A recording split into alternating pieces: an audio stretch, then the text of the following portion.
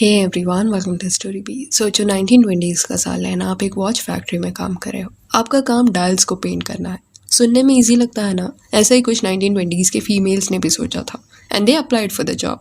But ये watchers ने उनकी जान ले ली। उनके अंदर एक ऐसा डीमन डाल दिया जो उन्हें अंदर से खा रहा था। और वो कैसे हुआ चलिए जानते हैं। तो साल था 1917 का, जंग का समय था। जगह थी न्यू जर्सी, यूनाइटेड स्टेट्स। हर फैमिली की लेडीज अभी जॉब करना चाहती थी क्योंकि जंग में पैसों की जरूरत सबको थी। ऐसी एक फैमिली से बिलोंग करती grace fryer. She was 18 years old and उसने यूनाइटेड स्टेट्स रेडियम कॉर्पोरेशन में एज डायल पेंटर जॉब करना शुरू किया। ये कॉर्पोरेशन ने ना कई लेडीज को हायर किया था एंड फीमेल्स भी खुशी खुशी इस फैक्ट्री में काम करना चाहती थी क्योंकि दूसरी फैक्ट्री में काम करने पे जितना पे मिलता था ना, उससे ज्यादा ये कॉर्पोरेशन उन्हें ऑफर कर रहा था। तो ग्रेस भी एज डायल पेंटर ये फैक्ट्री में लग गई। अभी ग्रेस का काम यहाँ पे वॉचेस के डायल्स को पेंट करना था। उन्हें पेंट दिया रहता एंड काफी पॉइंटी ब्रशेस दिए रहते बिकॉज एट टाइम्स डायल्स बहुत छोटे छोटे होते, तो ध्यान से उसे पेंट करना पड़ता। अभी पेंट ब्रश का टिप पॉइंटेड ना होना तो पेंट नीटली नहीं लगता था। ये चीज फैक्ट्री के ओनर्स को पता लग गया था एंड कुछ ने सजेस्ट किया कि वैसे मटेरियल्स लाके सामान सेटअप करते हैं जिसके अंदर ब्रशेस अगर लेडीज डालती है तो उसका एंड पॉइंटी हो जाएगा। बट ओनर्स ने सोचा कि अरे इससे खर्चा बढ़ेगा, कौन अभी सेटअप लाएगा नया। इससे बेटर है लेडीज को बोलो कि ब्रशेस के टिप्स को अपने लिप्स के बीच में रख के प्रेस करे, वो अपने आप पॉइंटेड हो जाएगा। अगर पेंट करते वक्त टिप मोटा लग रहा है तो ये प्रोसीजर उन्हें करने बोलो। इन शॉर्ट अपने मुंह से उसे पॉइंटी कर सकते हैं। तो पैसे बचाने के लिए ये सोल्यूशन को अप्रूव किया गया। अभी लेडीज जो है वो रोज ये फैक्ट्री में आती, अपना पेंट लेती, अपना ब्रशेस लेती, ब्रशेस को पेंट में डालती है, एट टाइम्स अपने लिप्स से उसे दबाती एंड डायल्स पेंट करने लग जाती। बट उन्हें क्या पता था कि ये करके वो अपनी जिंदगी खराब कर रही थी। ये हॉरिफाइंग स्टोरी का कल्प्रेट था वो पेंट। वो पेंट को ना ग्लो पेंट के नाम से भी बुलाया जाता था क्योंकि अंधेरे में वो ग्लो करता। पर पेंट ग्लो इसलिए करता बिकॉज उसमें रेडियम था। रेडियम जो है ना, वो ये इंसिडेंट्स के जस्ट 20 साल पहले 1898 के साल में मैरी क्यूरी ने डिस्कवर किया था। मैरी क्यूरी एंड उसके जो हस्बैंड थे ना, वो ये रेडियम के साइड इफेक्ट्स को जानते थे।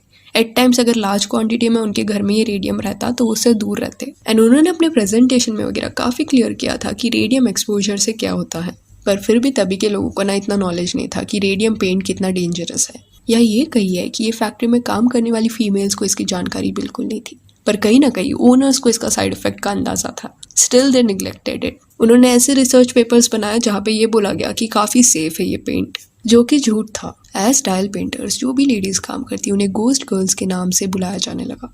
और ये इसलिए हो रहा था बिकॉज फैक्ट्री में पेंट कभी कभी उनके हाथ पे लगता या ड्रेस पे गिर जाता। तो रात को जब वो अपना शिफ्ट करके फैक्ट्री से निकलती तो ये लड़कियों का ड्रेस अंधेरे में भी ग्लो करता। इस वजह से गोस्ट गर्ल्स के नाम से वो फेमस हुए। ये इनोसेंट लड़कियों को क्या पता था कि कितना खतरनाक था ये सब।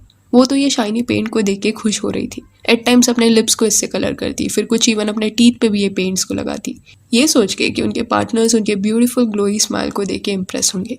बट जल्दी ये ग्लोई पेंट ना उसका डार्क साइड दिखाने वाला था। ग्रेस फ्रायर की एक फ्रेंड थी जिसका नाम मॉली था। वो भी ये फैक्ट्री में ही काम करती। अभी ये सारे लड़कियों को ना साथ में काम करते हुए कई साल हो गए थे।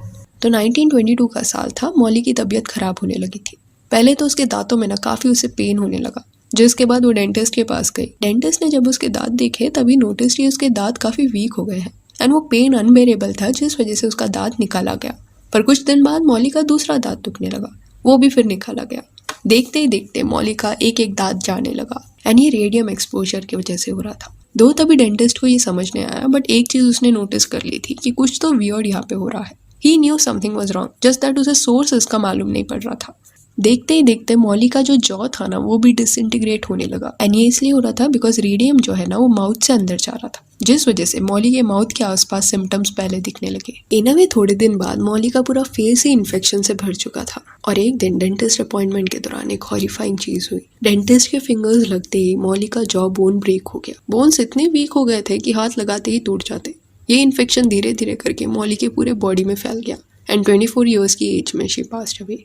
मॉली के बाद और भी फैक्ट्री के वर्कर्स सिमिलर सिम्टम्स दिखाने लगे एंड ग्रेजुअली लोगों ने भी एक पैटर्न नोटिस करना शुरू कर दिया दैट ये वही लड़कियों के साथ हो रहा है जो डायल पेंटर्स है। और सबसे पहले डेंटिस्ट ने ये नोटिस किया था। बट ये रेडियम कॉर्पोरेशन ने काफी स्मार्टली सबको बोला कि we are not responsible for this, तुम लोगों को कुछ और इशू होगा, इस वजह से तुम्हारे साथ ये हो रहा है। देन 1925 के साल में एक अमेजिंग डॉक्टर जिनका नाम हैरिसन मार्टलैंड था, वो ये लड़कियों की मदद के लिए सामने आए। उन्होंने कुछ ऐसे टेस्ट किए जिससे ये प्रूव हो गया कि रेडियम ने ये लड़कियों को पॉइजन किया है। पेंट के साथ पेंट ब्रश मुंह में डालने की वजह से रेडियम उनके बॉडी में चला गया था एंड इतने सालों में इतने बार एक्सपोजर की वजह से अंदर से अभी वो उनको खाने लगा था। उनके बोन्स को वीक करा था। स्टिल ये फैक्ट्री ओनर्स ये लेडीज के हॉस्पिटल बिल्स का कोई रिस्पॉन्सिबिलिटी लेने से मना कर रहे थे।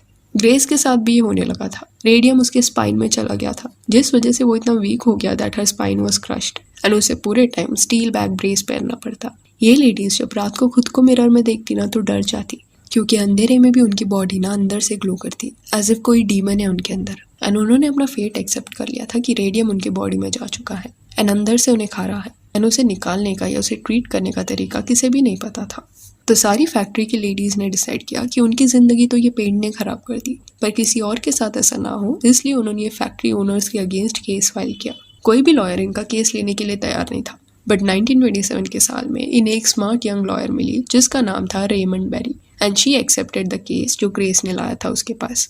अभी ग्रेस एंड उसके फ्रेंड्स को लॉयर मिल गई थी, पर वक्त उनका साथ नहीं दे रहा था। ये रेडियम कुछ के लेग्स को खाने लगा था, कुछ के मसल्स को, कुछ के जॉज को, एंड डॉक्टर्स ने उन्हें 4 महीने का समय दिया था, जिसके बाद वो ये दुनिया से जाने वाले थे। और ये चीज़ का फ़ायदा ना ये रेडियम कॉर्पोरेशन ने पूरा उठाया। वो जानबूझ के केस को डिले करना चाहते थे, बिकॉज लड़कियां ही 4 महीने बाद नहीं रहेगी तो ये केस पे ध्यान किसका भी नहीं रहेगा। ये सोच के they were delaying everything and इसी वजह से Grace and her friends were forced to settle out of court. कुछ महीनों बाद Grace also passed away, but ये लड़ाई ने ना पूरे यूनाइटेड स्टेट्स में एक शॉक वेव सा लाया था।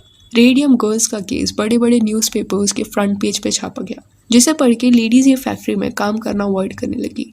देन 1930s में कैथरीन करके एक लेडी थी, वो भी ये रेडियम पेंट का शिकार हुई थी। वो अपने फैक्ट्री ओनर्स पे केस करना चाहती थी, पर तभी अमेरिका में ग्रेट डिप्रेशन आया हुआ था, जिस वजह से उसके क्लोज्ड वंस एंड नेबर्स उससे नाराज थे कि कैथरीन ऐसे फैक्ट्री वालों पे केस कैसे कर सकती है जिनकी वजह से उनका घर चल रहा है, जो उन्हें काम दे रहे हैं। पर वो लोगों को क्या पता था कि वो अपनी जान गंवा के अपना घर चला रहे हैं। कैथरीन ने किसकी भी बात नहीं मानी एंड उसने केस किया ये कॉर्पोरेशन पे। उसकी हालत पूरी खराब हो गई थी, उसका जॉब ब्रेक हो गया था, बॉडी वीक हो गई थी, बेड पे वो थी, वो उठ भी नहीं पाती थी। फिर भी 1938 के साल में उसने बेड पे से ही एविडेंस एंड अपना स्टेटमेंट दिया। फिर उसके लॉयर लेनॉर्ड ग्रोसमैन की मदद से कैथरीन को जस्टिस मिला। पर ये जस्टिस उसने सिर्फ खुद के लिए नहीं जीता था, बट वो सारी लेडीज के बिहाफ पे जीता था जो ये पेंट की वजह से मारी गई थी। रेडियम गर्ल्स ये एक ऐसा केस था अमेरिका का जिसमें ये देखने मिला कि कैसे वर्कर्स के हेल्थ को रिस्क में डाल के कंपनीज प्रॉफिट कमाती है।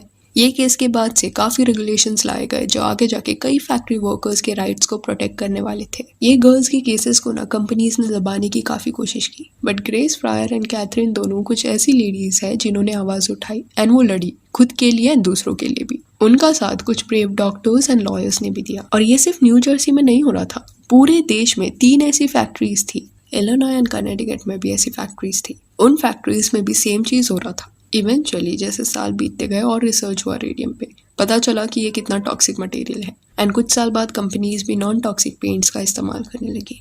पर ये बड़ी कंपनीज ने ना कभी भी रिस्पॉन्सिबिलिटी नहीं लिया कि उन्होंने कितने लोगों की जान ले ली है। सो yeah, that's it for this video. Do let me know कि ये केस के बारे में आपका क्या कहना है। And if you want you can follow us on Instagram, जिसका लिंक आपको डिस्क्रिप्शन में मिल जाएगा। और ये वीडियो अच्छी लगी तो लाइक एंड शेयर करें और ऐसे और अपडेट्स के लिए चैनल को प्लीज़ सब्सक्राइब करें।